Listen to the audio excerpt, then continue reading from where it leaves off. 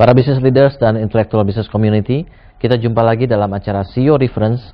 Kali ini kita membahas topik berjudul Saving the Internet berdasarkan Harvard Business Review bulan Juni tahun 2007. Idenya adalah bahwa di dalam dunia usaha, atau bukan hanya di dunia usaha, di dalam dunia kita sehari-hari, internet memegang peranan yang sangat penting. Bahkan boleh dikatakan zaman sekarang ya, internet digunakan ini one day akan sama seperti orang menggunakan listrik.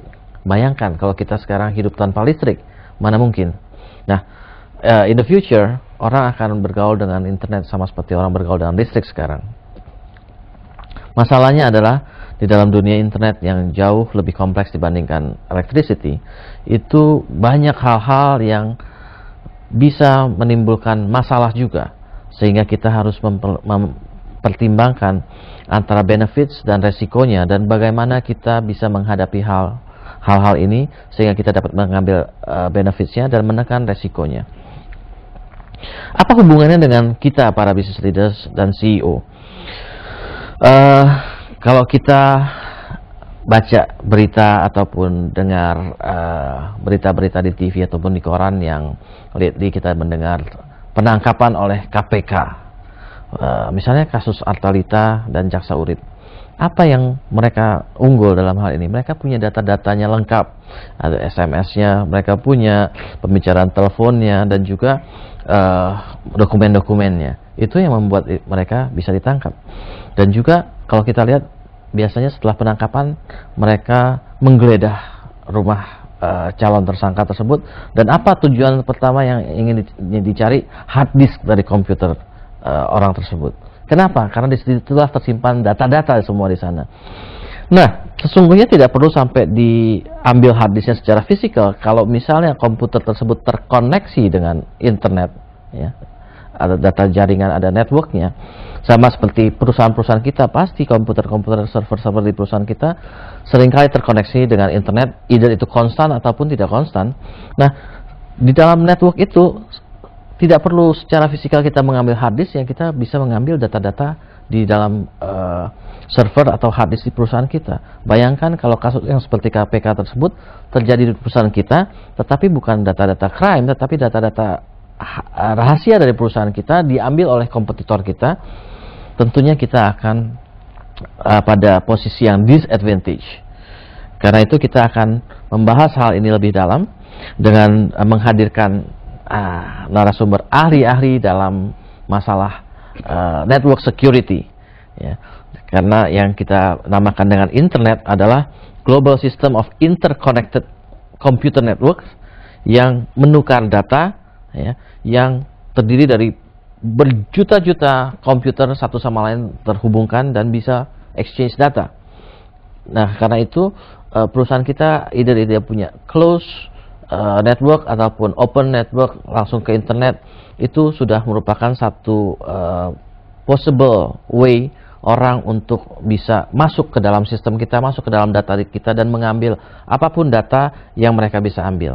Masalahnya juga seringkali perusahaan berpikir ya kalau kita misalnya dompet kita kehilangan, diambil orang, kita tahu dompet kita hilang dan kita bisa mengambil langkah-langkah preventif untuk masalah selanjutnya. Tapi kalau data yang diambil seringkali tidak ada bekasnya, kita tidak tahu data kita diambil orang lain, sampai one day kita mengetahui bahwa data yang diambil itu sudah menimbulkan impact yang luar biasa besarnya pada perusahaan kita. Nah, hari ini kita menghadirkan dua orang yang luar biasa, yang sangat ahli di dalam bidang network security. Nomor satu adalah Bapak Dr. Petrus Golose. Selamat datang Pak Petrus. Pak Petrus ini adalah Head of IT and Cybercrime dari Polri, satu-satunya ahli cybercrime di Indonesia ini. Ya Pak. Itu kata Pak Bayu. Selamat datang Pak Petrus Golose. Dan narasumber kedua kita adalah Pak Irfan Setiaputra, CEO dari Cisco Systems. Cisco Systems adalah Indonesia, Pak. Cisco Systems Indonesia. Sebentar lagi mungkin jadi global Cisco System mungkin, Pak. Itu kata Pak Bayu. Nah, kita tahu bahwa salah satu provider untuk network security adalah Cisco Systems. Karena itu kita hadirkan Pak Irfan Setiaputra untuk kita tahu apa memang Cisco sedemikian hebatnya gitu ya, bisa untuk memprevent data stealing ataupun bisa menjaga network security. Oke, para business leaders dan intellectual business community, ada cyber issue yang commercial related, ya, yaitu yang kita tadi bicarakan, data-data diambil, ya, kemudian pembobolan bank account, bisa aja pembobolan bank account. Kita tahu bahwa sekarang bank kita pasti pakai ATM, pakai internet banking dan segala macam, dan kita tahu berarti hal tersebut rentan dan bisa dihack, sehingga account itu, uang kita jangan-jangan bisa pindah ke account orang lain tanpa kita tahu, dan mungkin banknya juga nggak tahu awalnya gitu. Setelah terjadi dispute baru ketahuan ada masalah, ya. Nah, ada juga yang non commercial, misalnya pornografi anak, ya, online game addicts, terorisme melalui internet dan segala macam. Yang kita bicarakan hari ini adalah yang commercial related cyber issue, ya, internet atau cyber issue yang commercial related. Pak Petrus, kalau di Indonesia ini, ya, seberapa besar sih cyber issue yang commercial related dibandingkan yang non commercial related, ya? Maksudnya yang kita tahu sekarang, ya, saya sempat search juga tentang Pak Petrus di internet, ya. Yang banyak muncul tuh waktu Pak Petrus mendapatkan data terorisme, ya, ataupun mungkin tentang pornografi yang terjadi di Bali misalnya, ya, pornografi anak misalnya. Tetapi yang commercial related kelihatannya belum terlalu kelihatan, saya lihat data-datanya di internet begitu. Berapa besar sih sebenarnya yang commercial related cyber issue di Indonesia ini? Jadi ya, pertama kita lihat bahwa seperti sudah dikatakan tadi, apa sih itu sebenarnya cybercrime? Cybercrime itu yang paling fokus itu adalah computer crime, tadi sudah disebutkan, dan computer related crime. Computer related crime ini baru terbagi tadi yang dikatakan berhubungan apakah dengan bisnis dan sebagainya. Namun itu juga bisa berhubungan antara computer related crime dan computer crime atau kejahatan komputer. Kemudian kalau tadi dikatakan yang berhubungan dengan trading dan sebagainya, itu banyak sebenarnya, banyak sekali kasus. Hanya memang input ke kita, karena memang ini berbagai macam dari laporan misalnya dari luar negeri, bisa lewat departemen luar negeri, lewat departemen perdagangan, atau mungkin senior liaison officers dari kepolisian sendiri yang berada di luar negeri. Contoh kasus yang terjadi yang kami datakan sekarang, yang ada, yang terjadi itu adalah kasus cyber fraud atau internet fraud, itu dari orang Indonesia ke luar negeri, sama juga dengan orang luar negeri ke kita. Dan ada yang sudah kita ungkap, dan memang ini nggak gampang, karena Pak Bayu bisa rasakan bagaimana melakukan penyelidikan, kemudian sampai dengan penyidikan, dia berbeda jurisdiksi. Kita tahu, kita tahu dengan adanya cybercrime ini kan transnational crime, dilakukan di negara lain, akibatnya di negara lain, direncanakan di negara lain, dibuat di itu kan konsekuensi legal, Pak, ya. Konsekuensi legal mungkin following dari konsekuensi bisnis. Orang bisnismen mungkin lebih concern kepada konsekuensi bisnisnya, kerugian yang terjadi karena hal tersebut, ya, ataupun dia kerugiannya macam-macam. Jadi misalnya seperti ini. Sekarang dengan diberlakukannya Undang-Undang Informasi dan Transaksi Elektronik, kita sudah mengenal digital signature. Sebelumnya kan kita tidak tahu digital signature itu apakah legal atau tidak di Indonesia. Dan kita tahu sekarang bahwa yang diatur dari Undang-Undang Informasi dan Transaksi Elektronik juga itu bukan hanya kepidanaannya, tetapi keperdataannya.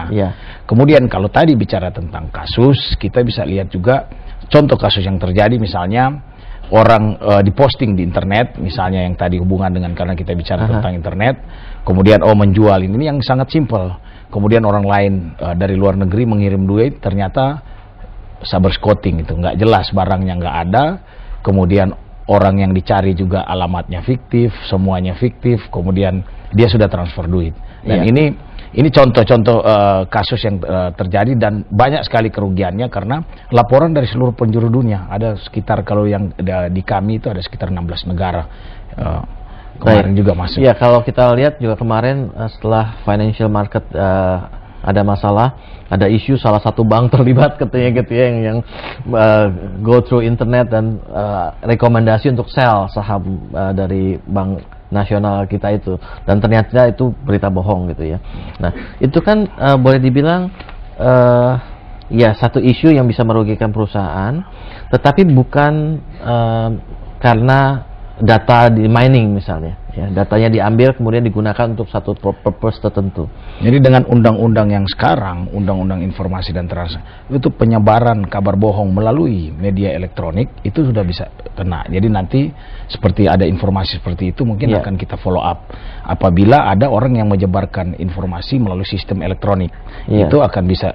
Ada juga beberapa kasus yang kita tangani, contoh yang berhubungan dengan obat, itu ada perusahaan tertentu, mungkin tidak perlu kita sebutkan, itu menginformasikan bahwa jangan menggunakan produk obat ini. Ternyata dia juga tidak jelas sumbernya, karena setelah kami periksa balai obat POM, badan obat itu legal. Legal, bayangkan pengaruhnya. Dan itu setelah kami cek juga ada di puskesmas ditaruh di download dari internet. Bahkan ada di salah satu website dari pemerintah daerah yang satu provinsi. Jadi bayangkan impact daripada informasi yang salah kemudian diupload di internet, semua baca, orang pikir wah ini betul ini informasinya. Belum lagi kalau dia postingnya misalnya situs-situs yang palsu. Oke. Pak Petrus, kita akan lanjutkan dalam segmen berikutnya.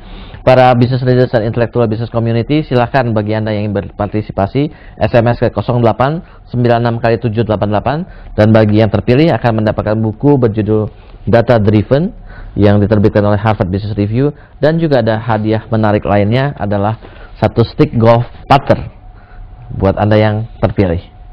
Kita akan masuk ke dalam segmen berikutnya.